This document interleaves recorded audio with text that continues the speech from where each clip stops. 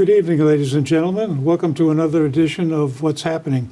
My name is George Binns, and I'm here with my co-host, Elliot Margolis, and we're very proud to have with us this evening John LeLacheur, almost got it right, Chief of Beverly Police. And I guess the issue tonight we would like to talk about is the drug problem. And there's always been a drug problem since before the Opium Wars in 1700.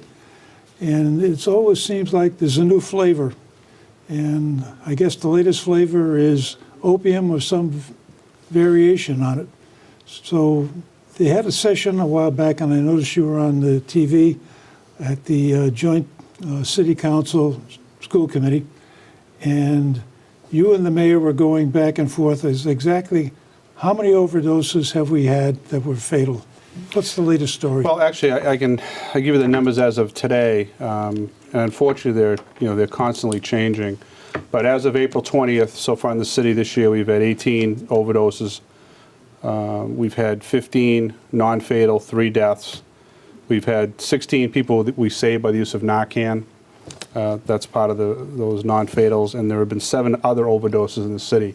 The alarming numbers this year so far is with 3 deaths. We had 3 deaths in 2012 for the entire year, 3 deaths in 13, and then 11 last year, and already this year with only a third of the year complete, quarter of the year complete, we have 3 deaths. So we're trending in the wrong direction. Yeah.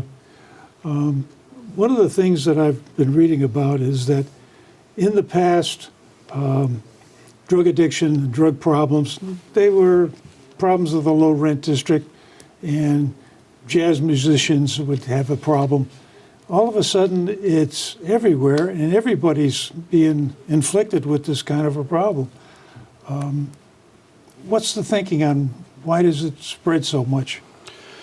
Well, I mean, there's a lot of different theories on, how this has gotten to the point it's at now. One of them being that very young people are being prescribed pain medicines or over-prescribed pain medicines, as well as adults. They become addicted to the pain medicines, or they go into a drug cabinet of a family member to take a pill, whether it's any of the codeines or whatever, and they become hooked on the pills, the codeines. They become very difficult to get. They then will gradually move up to heroin, which is very inexpensive on the street. What happens is a progression of that. They'll snort it, and then they'll work up to being an injectable because they need that immediate high. Mm-hmm. It's almost the type of drug that it's almost immediately addictive, and it's one of the harder drugs to break the habit. But the problem we're seeing now is opium is in a much more pure substance now than it was, say, in the 70s. Mm-hmm. When the cocaine war and the crack wars came in the 80s and 90s, again, that was a much stronger cocaine than had been previously here. Well, now we're seeing the heroin coming in now, whether it's coming from Mexico or from overseas, is a much purer grade. And they're also mixing it with fentanyl. And a lot of the overdoses we find is because of the mix of fentanyl, which is even, more deadly in some instances than the heroin. Is fentanyl in the opium category? It's actually a manufactured synthetic drug. So it's an opium kind of thing? It's a painkiller, and it's used the same It's a morphine-based? Yes. Okay, same thing. One of the ones that surprised me a while back, there was an article in the paper that there was an overdose in the city. The police got hold of the cell phone of the individual that died. You called up the dealer, and he came out to deliver. We've actually done that a few times. One very recently, one last year. The district attorney's office is working with those cases, and we're hoping that the charges can be upgraded if they can then tie the dealer with any of those deaths. That's one tactic to really go after the dealers, especially when we have overdose deaths. Well, the thing that surprised me about it, again, is the change in the character of the problem. It used to be if you wanted to get some dope, you had to drive into the low-rent district and find some guy standing on the right corner to go buy it from him. Now they're delivering it. It's almost like one of these drugstores, not a drugstore, but a market that's delivering groceries. And that's one of the reasons we have to work so tightly with our partners, whether it be the cities in the area, the state police or the federal agencies, because, again, it's being transported all over the North Shore, all over the state, all over the country. That's why I have an emphasis on motor vehicle stops for the officers, because people that are transporting heroin, people with warrants, people without licenses, they're still out driving. So by impacting some of those people, we can get some of the street level heroin off, out of the system. I didn't realize that. That's a good point. Yeah. I've heard through watching TV and stuff that about 50% of the high school students nationwide have tried heroin. Do you have any idea what percentage, say, in the city of Beverly or in the North Shore? But 50% sounds very high. I don't know about that. That may be inner. I don't know if that's inner cities. Yeah, it includes inner city, obviously. Yeah, I mean that's a high statistic. I can, we speak at the high school regularly. We haven't had any high school incidents. Nothing that we've seized at the high school. No overdoses with high school age kids. The problem is that because it's a progressive type of addiction, they may be starting with pills in high school and then working up to the point where they'll get into heroin maybe when they're getting out of high school. But that's why one of the reasons we just did a talk with the parents at the high school a couple of weeks ago, and we hope to do some more. We had Chris Herron come in and do a talk to the high school and the middle school. I mean, here's a gentleman that was a star athlete, college basketball player, played for the Boston Celtics. With injuries, began again using prescribed medicines, and his whole career was ruined through the use of heroin. And he's made a tremendous comeback, recovered, and it's a success story, and that's what we're hoping for. Well, I've heard that it is easy to get drugs even at the schools, and if it's that easy, I guess the question would be why is it so easy, and if it's that easy, why isn't something done about it? And I've also heard in some communities that teachers are trained to be able to tell whether kids are on drugs. Is that the case in Beverly? And if so, are they supposed to or should they contact the authorities about that? Well, I mean, I think everybody, can look at a person and see that they're under the influence. I mean, I always use the analysis of when I was a young police officer, you'd say that if you're in a bar and you see a person who's intoxicated, you can tell they're intoxicated. I mean, a layman can do that. And I think the teachers through time and experience can see things that don't look correct and can pick things out. And I'm hoping that they would contact the councils within the school and work up through the system. We have a school resource officer that's in the high school almost daily and dealing with the kids and the issues. I can honestly say I don't think the drugs are prevalent in the high school. We do sweeps every once in a while. We'll get ready to do a sweep here. Usually before prom season, we'll come in and do a sweep of the school. We really try to keep a very close watch on the high school and actually all the schools and deal with the PTOs and deal with the teachers and give them as much training as we can. When let's say you find a kid that has been involved in drugs, do you report it to the parents? And if so, what is their reaction to it? Well, anyone under the age of 18 would have to report to the parents. They're considered juveniles, and a lot of those cases, a first-time possession type case, we get them in diversion programs and get them into counseling and work in that direction. But definitely get the parents involved, absolutely. What kind of reaction have you seen from parents? It varies. I mean, and that goes with anything that kids can get involved with. Some parents are very very supportive and want their children to do the right thing. Others are very lackadaisical and are disjointed from the families, and that's a problem that happens again not only in Beverly but every community where there are just disjointed families, and there are very strong parents and there are very weak parents. And I always say, and the last talk I did, I said to all the parents, be a parent. Your kids have plenty of friends.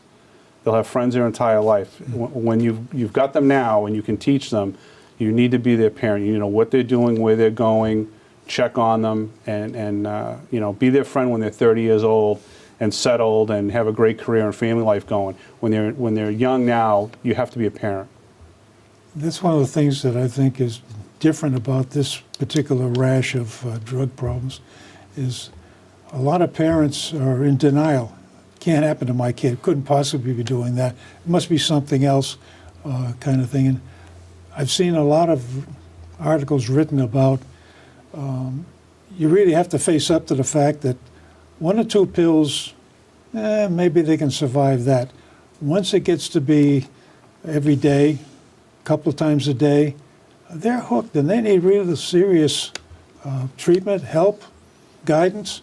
And once you get into this game, you don't get out of it in 30 days. It's a 2-year process. And exactly, and again, it's a disease, it's an addiction. Once it gets, it's a physiological problem that you have, and you just can't walk away from it. Your body craves it, and you know, a person who's on heroin, I mean, they're in severe pain until they can get their drug, and it's destroys lives. Well, Absolutely destroys lives. I was in a workshop on back pain a couple of weeks ago, and there were apparently either some firemen or policemen in the audience, and the discussion got around to, well, you start taking painkillers for your back pain, and things can go south very quickly on you. And they got into the talking about the Narcan, and a couple of times they mentioned that, well, yeah, we gave this guy a dose of Narcan. He popped right up and ran out and got another fix. And I think you made a point when you were at that joint committee meeting again of there needs to be a change that when you recover somebody, you got to put them in some sort of controlled environment. You just can't turn them loose because one of the guys at this meeting said, and the guy was very upset with me because I ruined his high. Absolutely. And it's kind of scary that you can bring somebody back out of it. And I've heard the comment that, well, they can tend to be a little more casual, a little more reckless because they know somebody's going to pop them with the Narcan and they'll come out of it. Yeah, I mean, we've had some cases. What Narcan, what it does is it just blocks the receptors, the heroin receptors. It doesn't get rid of the heroin out of your system or the opiate out of your system. It just blocks the receptors. So it's a temporary type of fix. But what happens is because the receptors are blocked, respiratory functions come back, heart functions come back, and that's why by using Narcan, it shuts the high off, and a person will recover. And under the law right now, we cannot place a person in protective custody once they're treated. They can actually refuse treatment, and they could take 4 steps down the road and overdose again because that opiate's still in their system. It doesn't leave their system. So I know there's I don't know the status of the bill right now, but there's a bill in the House. It could actually be in the Senate or vice versa that will allow the police to put a person in protective custody after they've been treated with Narcan. They can get to a facility, a medical facility, and then the doctors can clear them either to, they can sign themselves out or get them into treatment. Our hope is to get them into treatment. Speaking of doctors. Before you get into that, how Okay. long does the Narcan last? It's again, it depends on the amount of heroin or an opiate they've ingested, but it's a fast working drug, and it's also short-lived. Okay, so that they could theoretically overdose, get a shot of Narcan, come out of it, and if you do absolutely nothing, the opiate in the system will catch up with them. Absolutely. They're right back into it. And that's why every cruiser has 2 vials of Narcan in it, and we always send more than 1 officer, and then Northeast Ambulance, the ambulance service for Beverly also carries it, so they may need several There doses. are times we've done 4 or 5 doses of Narcan to bring a person back. Wow. Some of the other sad cases, we had a case where a boyfriend and a girlfriend are in an apartment. She overdoses. We get there, she's Narcan, taken to the hospital, and then within a half an hour, the ambulance was sent back to the apartment. The boyfriend had overdosed and died. So it just shows you where he watched, his girlfriend be brought back to life using Narcan, swore that, there were no opiates being used. The ambulance leaves, we leave, and then he overdoses and dies. So, I mean, it just shows you the grip that heroin has on a person. Yeah. And that's the other part of the problem is that it just screws up your judgment. Yes. I'm sorry, Elliot. That's all right. That's all right. Speaking of doctors, I know a case of somebody who was stressed at work. Okay, so went to the doctor. The doctor gave him some meds for that, and the stress got worse and worse. And doctor kept giving him scripts to the point where then he started using heroin. He said it was real easy to get. Do doctors hold some liability for keep on refilling prescriptions and not checking into what the people are doing? Yeah, I mean, I don't know what their liability would be in that, but I know that the state just passed a law. I can't remember the exact count, but they're now restricted on how many doses of an opiate they can give now. Instead of just giving, 30 pills with 4 refills, they can only give out so many narcotic doses on per visit, and per incident. So that's going to significantly help us. One of the other things too is we've kind of eliminated through registries is doctor shopping, where people would go to 4 or 5 different doctors and have the same problem and get a script from 4 or 5 different doctors. Well, now with a registry, if a person's registered that they're receiving these narcotics, they can't go from doctor to doctor and continuously get scripts from different doctors. So those are things that the legislature is also working on. If a person is caught with heroin in the car or some kind of drug like that, and they are arrested, are they, when they go to court and convicted, they are a felon? If it's a narcotic, it's a felony. Now, again, the judges and the DAs have different latitude on charging, how they want to charge, and what level of case they want to charge. District Attorney Blodgett and I've had a lot of discussions on his drug diversion program. And what they'll do is if there's an arrest made, a first-time offender, small amounts, personal use, they have a way of charting and evaluating that individual. And what they will do is they will offer them the drug court. So basically what happens is they hold a charge over their head, but they have mandatory treatment.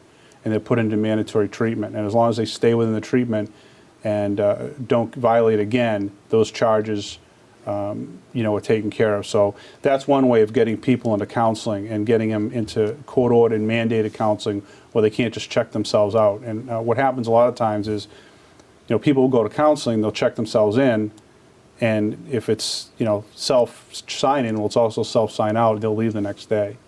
So it's very important that drug program continues. It's been very successful. The drug diversion program, again, only deals with, first-time offenders and people that are willing to go along with the counseling. Okay, so a second-time offender... They'll reevaluate, and I think that, again, I don't want to speak for the district attorney, but I think what they do is they reevaluate how much time between cases, have there been any other offenses committed, but they have a whole evaluation program they go through. Now, the city of Gloucester, the police chief in Gloucester apparently has a program that's been pretty successful. Do you work with him at all and in his program and bring it to the city of Beverly? I mean, not directly with Chief Campanella, but what we do is if anybody asks for help, we get them the help they need. We either contact Leahy Services, we contact, we can reach out to Gloucester to the Angel program and people will come down. And again, those are all voluntary commitments. Anybody that comes in asking for help, will get help. A woman called me several weeks ago and was telling me how her son is a heroin addict and we need to get him into treatment. I said, well, get him down to the police station. We'll call the hospital, get one of the counselors. And, well, he doesn't want to go to counseling. He doesn't want treatment. Well, we can't force him. Well, what are they doing in Gloucester? It's the same thing. They're not arrested and put into treatment. These people have to volunteer and want to go into treatment and then stay in treatment and follow through with it. If there's any problem really with people coming in and saying, I'm about to be arrested as a dealer, but I'm going to volunteer and I'll turn in some stuff and put me into the program and give me some immunity.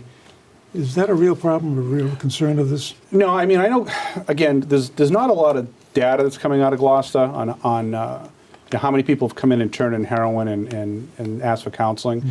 And that's not a prerequisite. You don't have to come in and turn in heroin to get into the program. You can walk in and we tell people, I'd rather people not buy heroin, know they need help, come into the station, we'll get them the help they need. But if a person, if a person's dealing, and we have a case on them, they're not getting any of those programs. Dealers will be charged. I mean, that's a point where they have to serve a sentence, get out of the system, because as we talked about in the very beginning of the program, people are dying because of the dealers, and we have to remove the dealers from the street. I guess then the next question would be, what kind of sentences a dealer's getting, and is it strong enough? Well, again, it all depends. There's so many different variables. How many times they've been arrested prior, how much weight they were caught with selling. What difference does it make? I mean, if you're dealing, maybe today you're only dealing with one customer, but tomorrow, it could be 15 customers. Right. You're either a dealer or you're not a dealer. Right, you're either pregnant or you're not pregnant. Well, what difference does it make? Well, but you're talking amount of sentence. The amount of sentence is based on prior convictions, the amount of heroin or any drug seized, because the more seized, it increases sentences. You can also get into federal guidelines. If a person is caught, with a Class A substance or Class B substance and a firearm, there are sometimes minimum mandatory federal sentences that kick in. So, again, there's a lot of variables on what sentences, and the judges have full discretion on a lot of things. There is some minimum mandatories that, again, is another subject that's being debated. But again, that's up to the district attorney's office and the judges on what charge to go forward with after an indictment and how much time a person or what type of sentence a person will get. The problem you get into, I think, Elliot, is that there's different levels of dealers. There are people who are dealing because that's how they support their habit. And then there's the pros who, hey, I don't touch the stuff, I don't use it, I'm just making money. And that's why it's important, as I spoke earlier about working with our partners. We work with, Lynn and Gloucester, Peabody. We have a program with Gloucester, Danvers, and Beverly, working on the opiate problem. A lot of it comes down from Lowell and Haverhill, Lawrence, comes up from Boston. So we have to work with our partners. So when we do make an arrest, we gather as much intelligence as we can, and we feed that information back to those cities, and they build cases, and you try to work back to the major dealers coming in. So we work a lot of those cases back with our partners.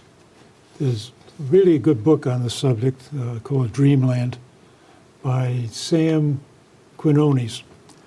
And he gets into a lot of these problems, and mostly about the black tar coming up out of Mexico. And one of the things he gets into is that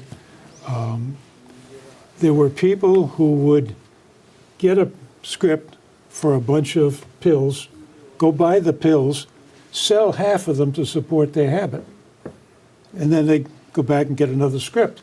And they were talking there about what they call the doctor mills, where for $250 you can get a script, and you can also be classified as simple or disturbed, and therefore you're now on Medicaid. So the people have been playing this game for quite some time, and it's gotten extremely sophisticated. And the Mexicans that bring in the black tar, that's from a place, Zalasco, on the west coast of Mexico, and they're dealing in little balloons of black tar, and they carry them around in their mouth. And if the cops stop him, he's got a jug of water, swallows them, and I ain't got nothing. And it's a very well orchestrated and very well controlled game from their point of view. The outcome of absolutely horrible, but the rehab facilities that there are, if you have to send somebody to a rehab, my understanding is they're pretty expensive. Who pays for that if the people can't? I mean, I've heard there are, I know somebody that's told me that they paid $50,000 for 2 months in a rehab facility in New Hampshire. Well, I know there are some for-profit rehabs, and there's also some non-profit rehabs. What we end up doing a lot of times is reaching well outside New England to get people beds, and if we need to.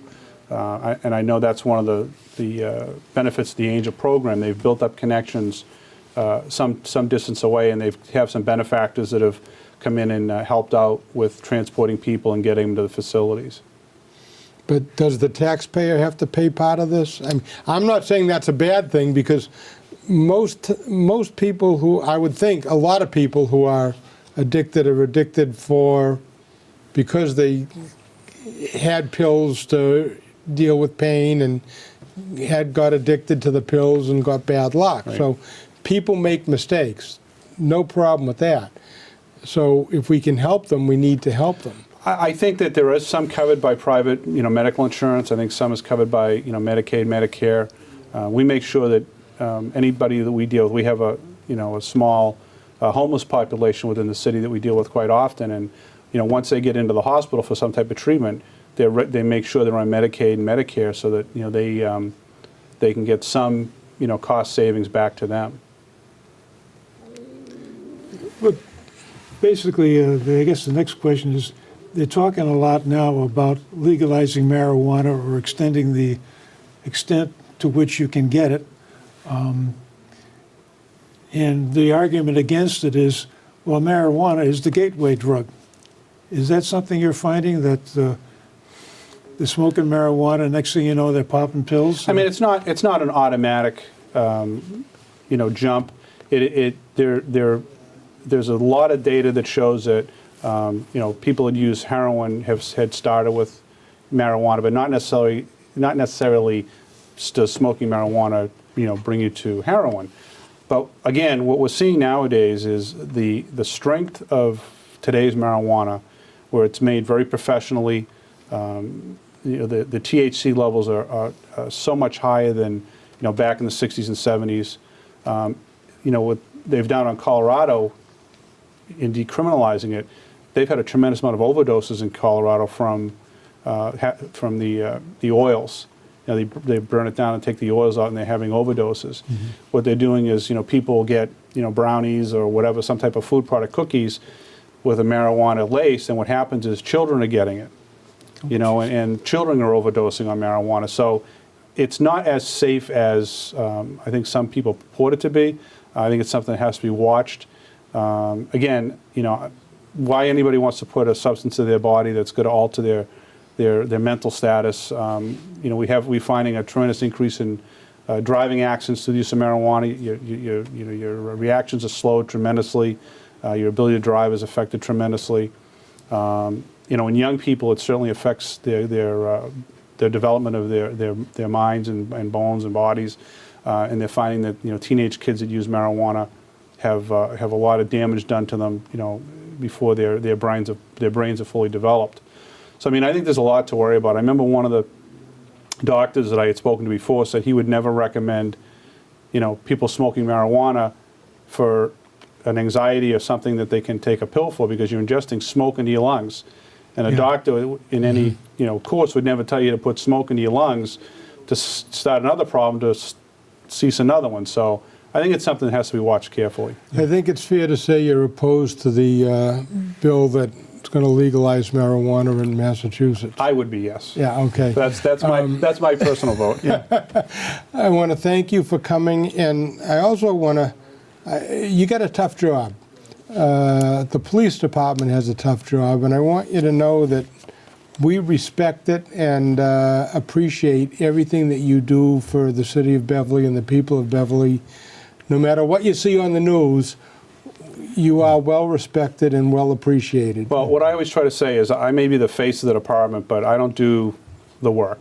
No, I'm talking all the police officers. You were the rest of the guys in the police. Even when I've been yelled at by one of them, I still appreciate the fact that he's working for my benefit. The officers do a tremendous job every day.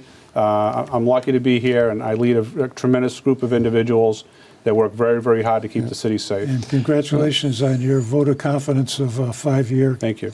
Yep. And again, thank you for coming, and we'd like to possibly call on you again for other issues. This is going to be an ongoing discussion, I'm afraid. Yep. There's a lot of things to talk about in the city. Yeah. And thank you for watching, and we'll see you at the next show.